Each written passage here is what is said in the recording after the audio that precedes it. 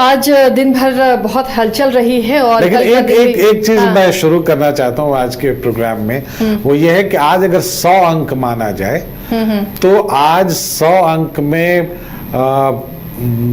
NDA गठबंधन को कितना मिलना चाहिए, महागठबंधन को कितना मिलना चाहिए, पीके को कितना मिलना चाहिए। आज तो तेज प्रताप और पीके को ही मिलना चाहिए क्योंकि उन्होंने अपने कैंडिडेट की घोषणा कर दी और पीके लगातार उसमें आगे चल रहे हैं। 116 सीटों पर जो है उन्होंने अपने प्रत्याशी घोषित कर दिए हैं और दिलचस्प यह है कि वो उसके साथ आंकड़े भी देते हैं कि अति पिछड़ी जाति पर खास करके फोकस करते हुए कि उसके कितने प्रतिशत हैं। आज भी कहा कि 1/3 अति पिछड़ी जाति से हैं और जब वो ये चीज़ें कहते हैं तो उसमें ये भी वो बता देते हैं कि उस अति पिछड़े में कितने हिंदू हैं और कितने मुस्लिम हैं। तो अति पिछड़े में ऐसा नहीं है कि सिर्फ एक कम्युनिटी से, दोनों कम्युनिटी को जोड़ के वो बातों को बताते हैं और वो बाकायदा वो इस चीज की घोषणा भी करते हैं। और इसके अलावा 100 में से कितना पॉइंट दिया जाना चाहिए, पीके को कितना देना चाहिए और बाकियों को कितना देना चाहिए?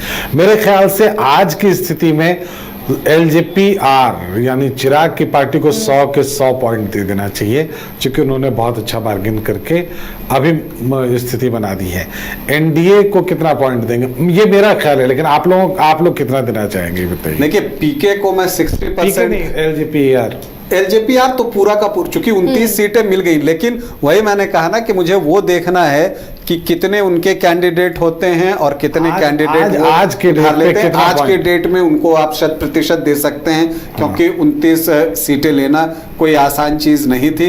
लेकिन जहां तक ओवरऑल आप एनडीए को देखिए तब भी आप 50% जो है एनडीए को आज दे सकते हैं, लेकिन महागठबंधन अभी 25% के आसपास आज के दिन 80% तेज प्रताप को दे दिया जाए। हाँ जी, जिन्होंने कैंडिडेट घोषणा कर दी। लेकिन अगर एनडीए महागठबंधन की हम बात करें तो 50% मार्क्स आज एनडीए को, क्योंकि उन्होंने कल सीटों का बंटवारा कर लिया था।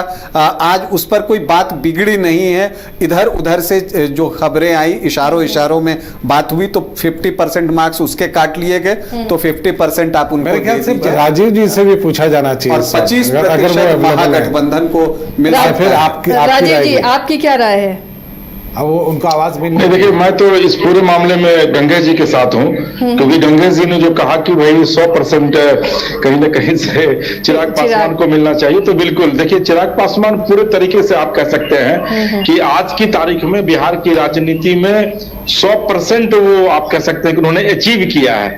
क्योंकि 2020 के चुनाव में उनके पास एक भी सीट, वो अपने अकेले चुनाव लड़े थे, एक उनका उम्मीदवार जीता था जो बाद में जाकर के जेडीयू में मिल गया, तो उनके पास कुछ था नहीं खोने के लिए, लेकिन पाने के लिए बहुत कुछ था। तो आज उन्होंने 29 सीट पाया है, तो आज 100 से 100% जो है वो चिराग पासवान के खाते में जानी चाहिए। महागठबंधन चूंकि अभी तक शेप लिया नहीं है, अभी तक कुछ हुआ नहीं है, तेजस्वी यादव वही है, लालू पटना पहुंच चुके हैं, तो कल अब देखते हैं कि महागठबंधन क्या कुछ करता है। 100 में कितना है राजीव जी? 100 में कितना नंबर? नहीं, महागठबंधन को तो अभी मुझे लगता है कि कुछ भी पॉइंट देने की आवश्यकता नहीं है, क्योंकि जब तक आप सीट शेयर नहीं करेंगे, आप घोषणा नहीं करेंगे, तब तक उनको पॉइंट कैसे मिलेगा?